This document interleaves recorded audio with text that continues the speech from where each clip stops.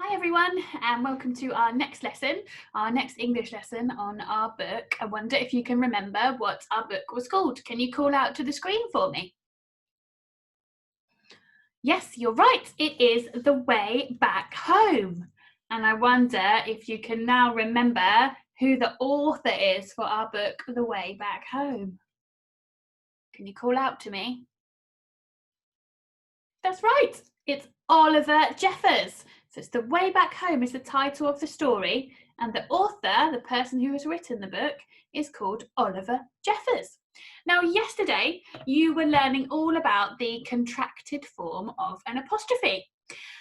So we have got another type of apostrophe to learn today. So I'm just going to share my screen with you. 1 second.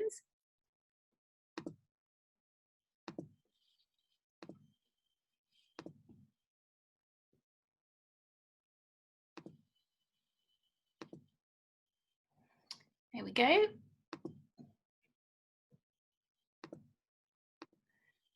So today we're going to have a look at another type of apostrophe. So our learning objective for today is to be able to know what a possessive apostrophe is. So we're still in our remembering and our understanding part of our learning experience. So to know what a possessive apostrophe is. So to be successful today, we need to be able to explain what a possessive apostrophe is. We need to be able to list examples of where a possessive apostrophe has been used, and we need to identify where a possessive apostrophe has been used as well. So I wonder if you can think back to yesterday, and we played that little game, didn't we? Do you remember on the PowerPoint when we were looking for the apostrophe amongst all those other symbols? Can you remember what is the symbol for an apostrophe? And can you just write it down for me on a piece of paper, just so you can see if you get it right? So write it down for me now, please. Right, let's see if you are correct. Are you ready? Did your symbol look like that? Remember, it's a bit like a full stop, isn't it? And then we give it a little tail. And it lives above the word, not on the bottom of the word like a comma does. Fantastic, well done, that was super.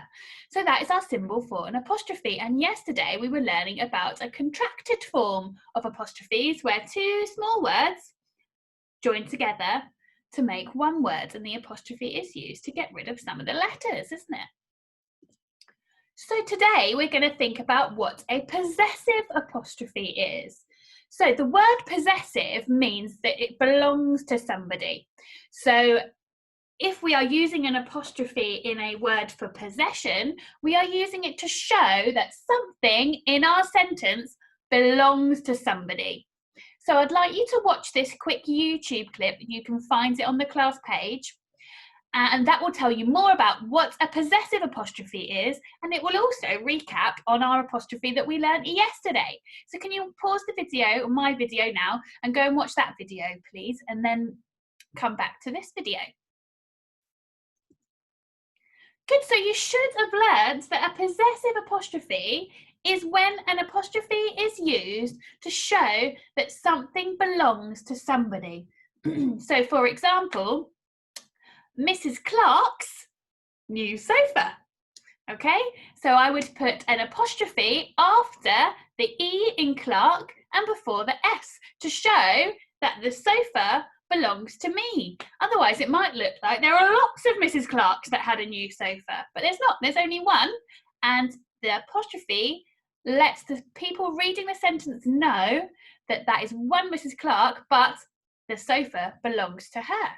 So can we please have a journal alert? The first thing I'd like you to do today is to record in your books what a possessive apostrophe is. So can you write down possessive apostrophe, and that is when an apostrophe is used to show that something belongs to someone. So pause the video now and write that down, please. Fantastic, well done.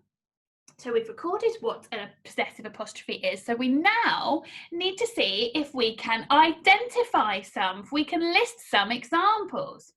So let me stop sharing the screen. We're going to do exactly what we did yesterday.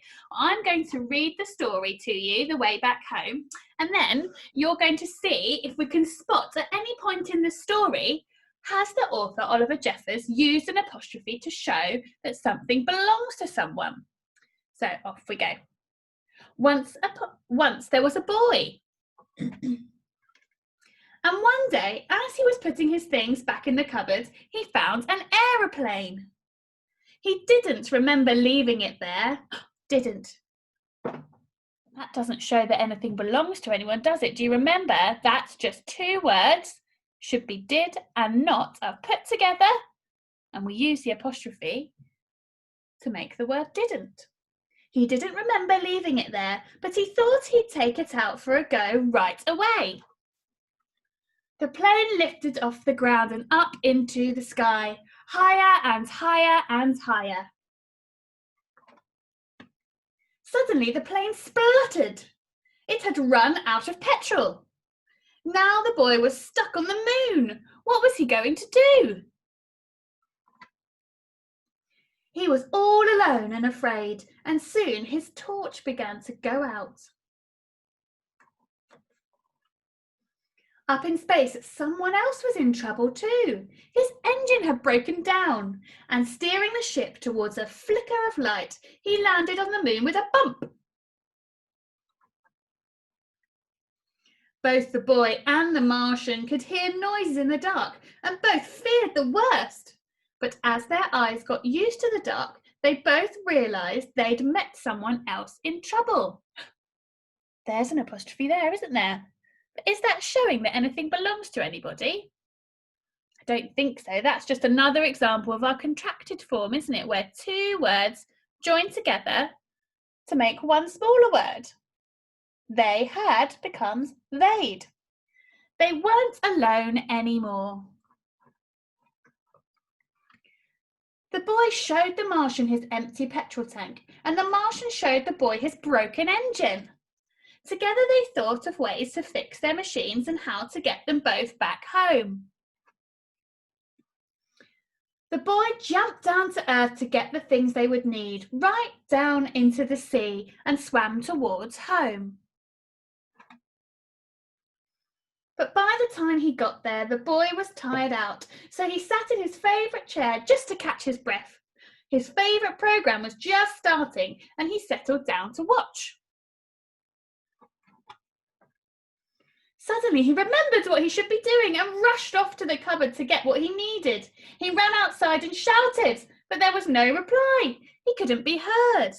The boy climbed to higher ground, called again and waited. This time a rope was lowered. The boy began to climb and the Martian began to pull, and soon the boy was back on the moon. The boy fixed up the Martian's engine. Oh, I wonder if any of you are shouting at the screen right now. The boy fixed up the Martian's engine. Can you see? There's an apostrophe there in the word Martians. The boy fixed up the Martian's engine. And if we look, we can see that that apostrophe is showing that this engine belongs to the Martian. So it's not loads of Martians that have got an engine. Okay, it's this one Martian. Where is he? There he is. One Martian has got an engine. And that is what that apostrophe is showing us, that the engine belongs to the Martian. So that's one example that we found. The boy fixed up the Martian's engine with the right spanner, and the Martian filled the boy's petrol tank. Oh my goodness, I wonder if you're shouting at the screen again. There's another one, look. The Martian filled up the boy's petrol tank. There's an apostrophe in the word boys, isn't there? And that is showing us that the petrol tank belongs to the boy. Okay? And that is exactly what the apostrophe is showing us, that the petrol tank belongs to the boy. It's his possession. So that's why we call these an apostrophe possession, because the petrol tank is a possession of the boy. So another example we found. They said goodbye and thanked each other for their help. They wondered if they'd ever meet again. After a long night, they were finally off the moon. The boy went one way and the Martian went the other, both on their way back home. And that's the end of our story, isn't it? Wow, we found 2 examples there of where an apostrophe had been used for possession. So let me just quickly go back to my PowerPoint. Here we go.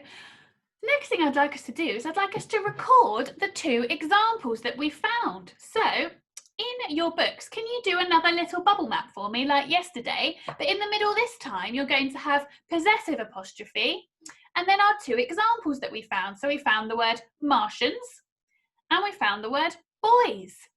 Make sure you put your apostrophe in to show that it's a possession. So pause the video now and have a go at that, please. Right, well done. The next thing I would like us to do is I'd like us to think of some examples of our own from our own life. So can you think of some other examples of where an apostrophe could be used for possession? Let me show you some of mine. So on mine, you can see I've got Martians and boys, and then I've added in another colour. I've got Mrs. Clark's, so something that could belong to me. I've got children's, something that could belong to the children.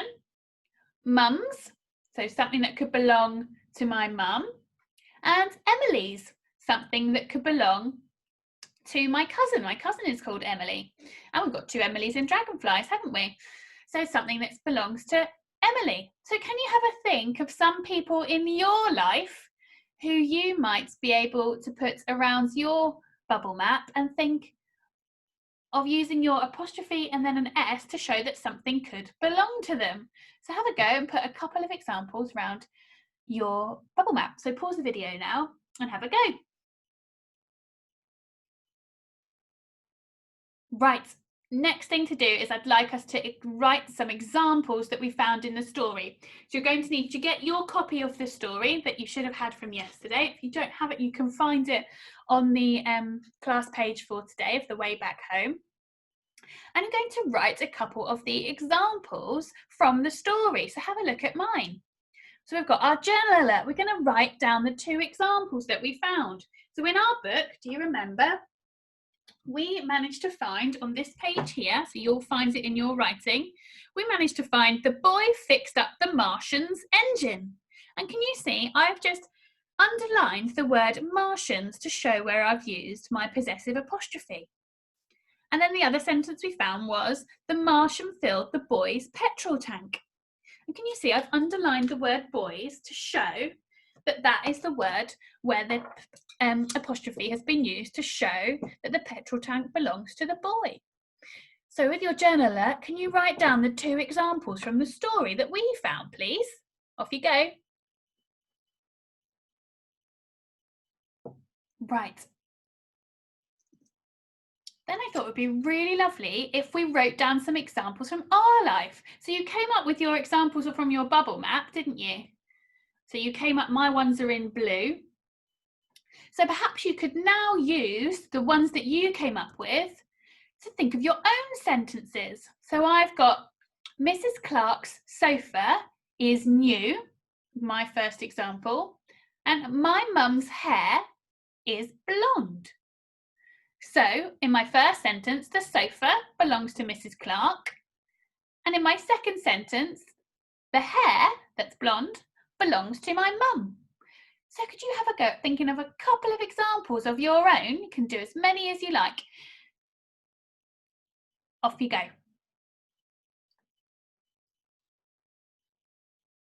Right, well done. Okay, so we're going to now move on to, like we did yesterday, we're going to now apply all of the knowledge that we know. So we're going to have a go at rewriting part of the story, just a small part of the story, a few lines long, where we're going to use our own words to retell that part, but we need to try and remember to use our possessive apostrophe. So the part of the story that I would like us to try and rewrite is the part where the Martian and the boy each fix each other's spaceship or aeroplane. because that's the part where we found the examples, wasn't it? So here is my example. When the boy was back on the moon, he fixed the Martian's broken, spluttering engine. In return, the Martian filled up the boy's petrol tank because it was empty. So can you see how I used that part? And I used my own words to make it sound a little bit different. But it still tells the same story, but I've just used some of my own words to make it sound a little bit different. And I've used both the word Martians with the apostrophe and the word boys with the apostrophe. So can you please pause the video now and have a go? You can see mine is only 5 lines long, so it doesn't have to be very long at all, as long as you make sure you have used the apostrophe for the word Martians or the word boys. You might even think of your own example. Off you go. Right, well done for today's lesson. The last thing that we do at the end of every lesson at school, isn't it, is we reflect on what we have done today. So I want us to reflect, just like we did yesterday, on how we are working towards our outcome and how we are showing resilience. Now in Dragonflies, I have had some lovely reflections on how you've shown resilience, and I'm sure Mrs. Millett and Mrs. Jones have had the same for Butterflies children. But it's been amazing, and I know as well that I've heard from some of my Dragonflies that home learning is hard and it's very different to being at school. So I'm being really pleased to see and hear that you've been showing resilience in small parts of your day. That's been absolutely fantastic. So today, I think to work towards my outcome, I have used the words boys and Martians. So in my piece of writing, I use the word boys and I use the word Martians as well. I also have used conjunctions. Do you remember, if we're using our even better if, we're trying to use a range of conjunctions if we can remember. So if we look back, I have used when at the beginning there. I have also used because at near the end. And did I use any other ones, or was that I think those are the only 2 conjunctions I used today. And lastly, I have used some adventurous vocabulary. So when I was rewriting my part of the story, I used our word spluttering to describe the Martian's broken engine. So I tried to use a new fancy word that I had learned. So I'm really proud of myself for using one of our key vocabulary words. So that's how I think I've worked towards my outcome. I wonder what you can come up with for how you've worked towards your outcome. And lastly, to reflect on how you've shown resilience. So some of you have written about how you've shown resilience in your own life. Some children have gone on icy cold walks, but they've made the best of it and had fun. Some children have done their cherry models in maths and they did them all on their own without any adult help. And that is fantastic. There's been loads of different ways. Other children were finding the story map really challenging, but they got to the end anyway, even though it was hard. So I would like you to please think of a way that you have shown resilience today, either in your work, or it might be something else that you found challenging today that you had to overcome. So my example is, I found it hard to think of my own examples, but I looked around the room. So I had a look around my living room for things that belonged to me, and that helped. So I had a look around my living room. I saw my sofa. I thought, oh, that belongs to me. I can write a sentence about that. And then I had a look over there where I've got lots of photo frames on a chest of drawers, and I saw a photo of my mum with her hair, and I thought, oh, that's my mum and her hair belongs to her. So that helped me to find some ideas for my bubble map. So could you have a go at reflecting on those 2 things? And then that is the last thing I'd like you to do for our English lesson today. Well done on all your hard work. I know it's not easy. And I know it's different not being at school, but it makes the day so much better when we can feel like we have accomplished something. And it makes my day so much better when I see all the lovely work that I get sent through from your adults. So well done, you're all being so brilliant, and I look forward to seeing you tomorrow for our last lesson of the week. Oh my goodness.